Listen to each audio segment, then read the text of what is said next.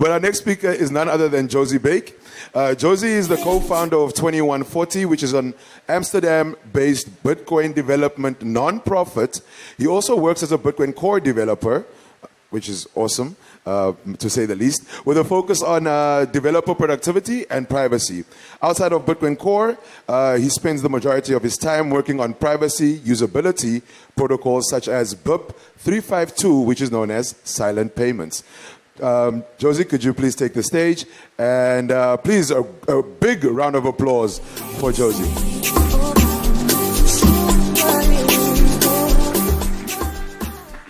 Okay, thank you guys for having me. This is going to be a little bit of a rug pull because, while I agree with everything that he said about privacy, I'm mostly going to be talking about 2140. But since silent payments is in the slide, I will have a slide at the end about that for the people who are here to hear more about that.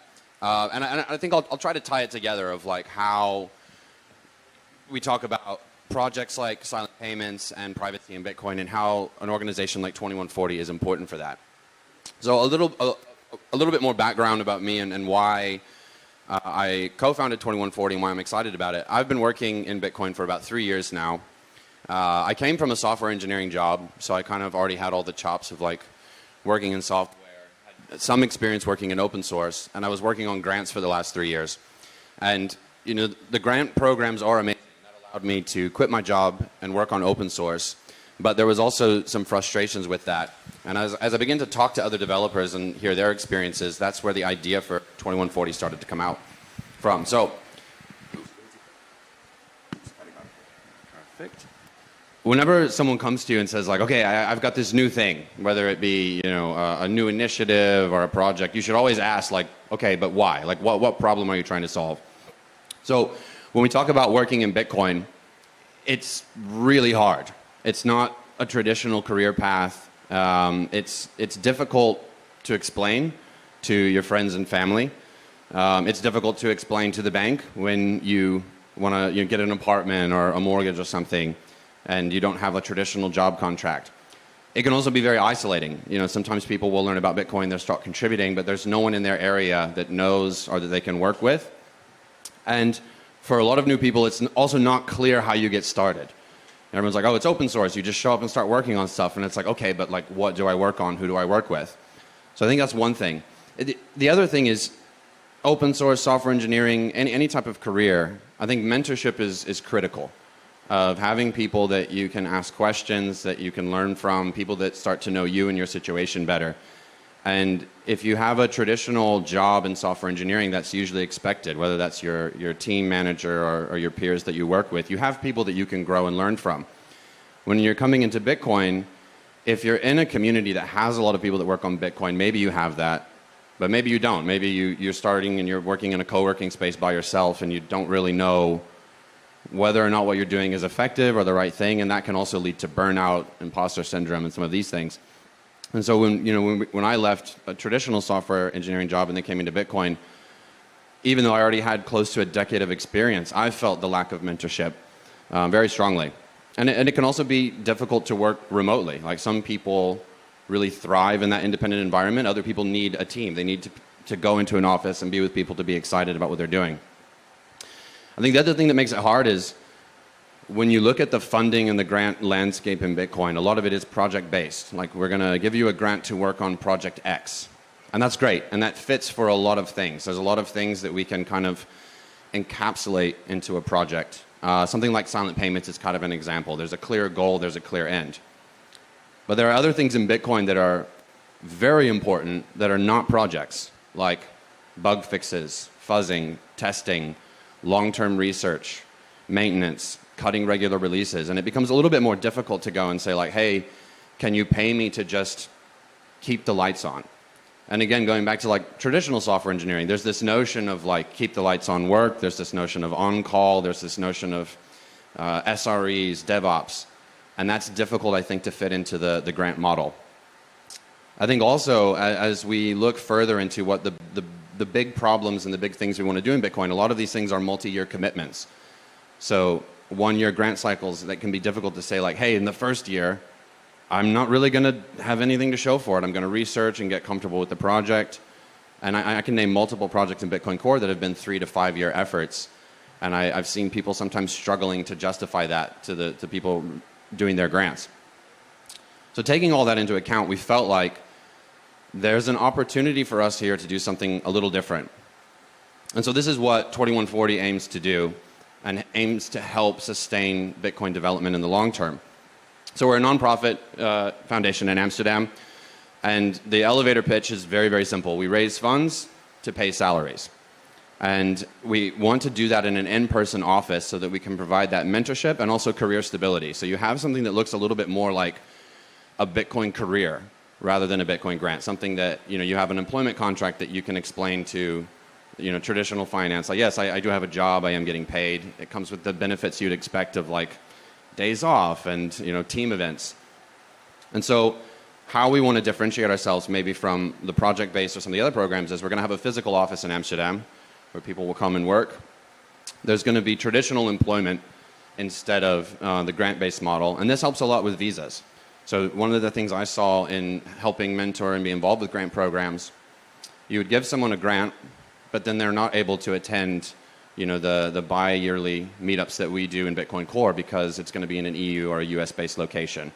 You're not able to attend conferences in the EU and the US, and that's still where a lot of the brain share is. And so, we're giving people money and supporting them to work on Bitcoin, but they're still feeling kind of cut off.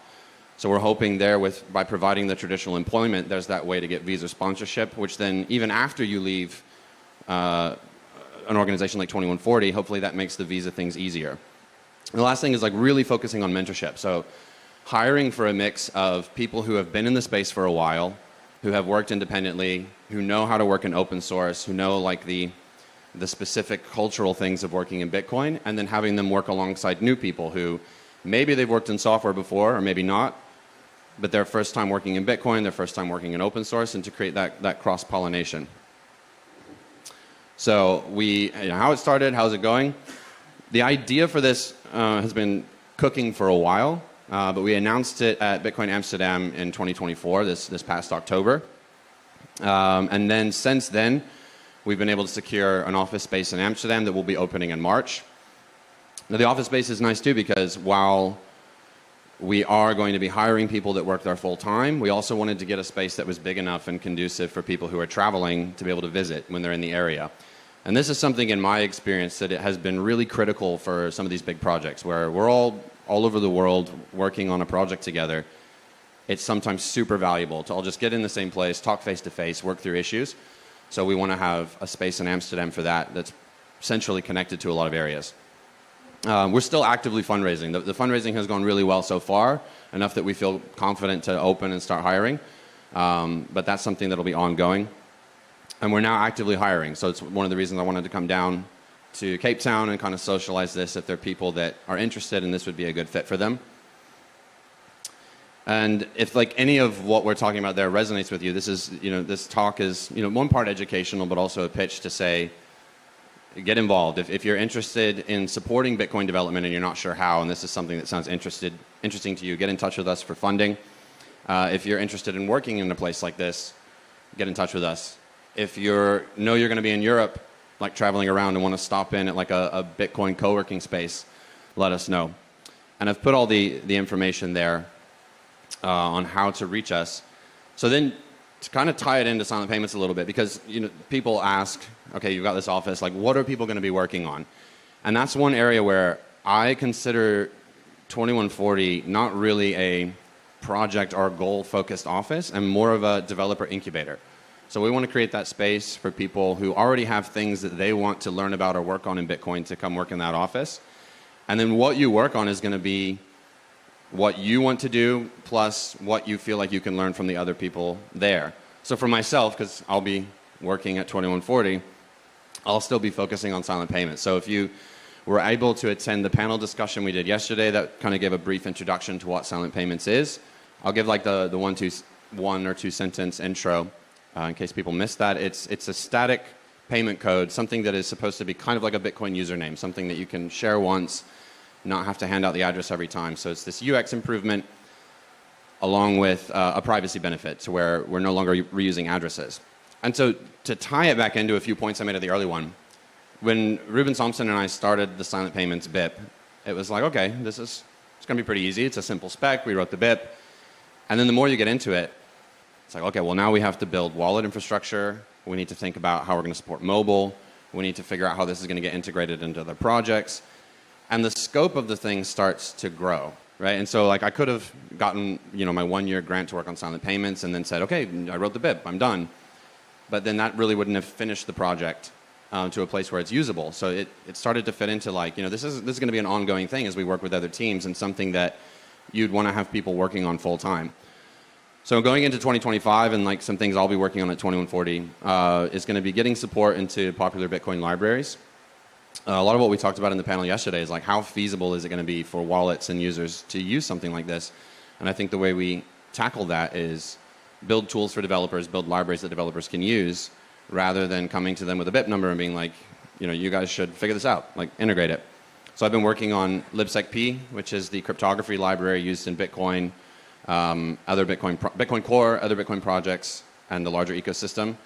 I realize there's a typo there, but BDK, not BKD. BDK is a Rust-based wallet software development kit. So we're working with some people there to talk about how to integrate it. Rust Bitcoin, another popular one.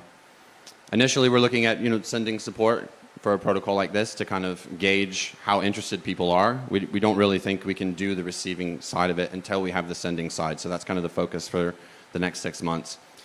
And then kind of what we touched on in the talk yesterday, building like client infrastructure, like indexes, scanning services to make it easier for wallets to do this.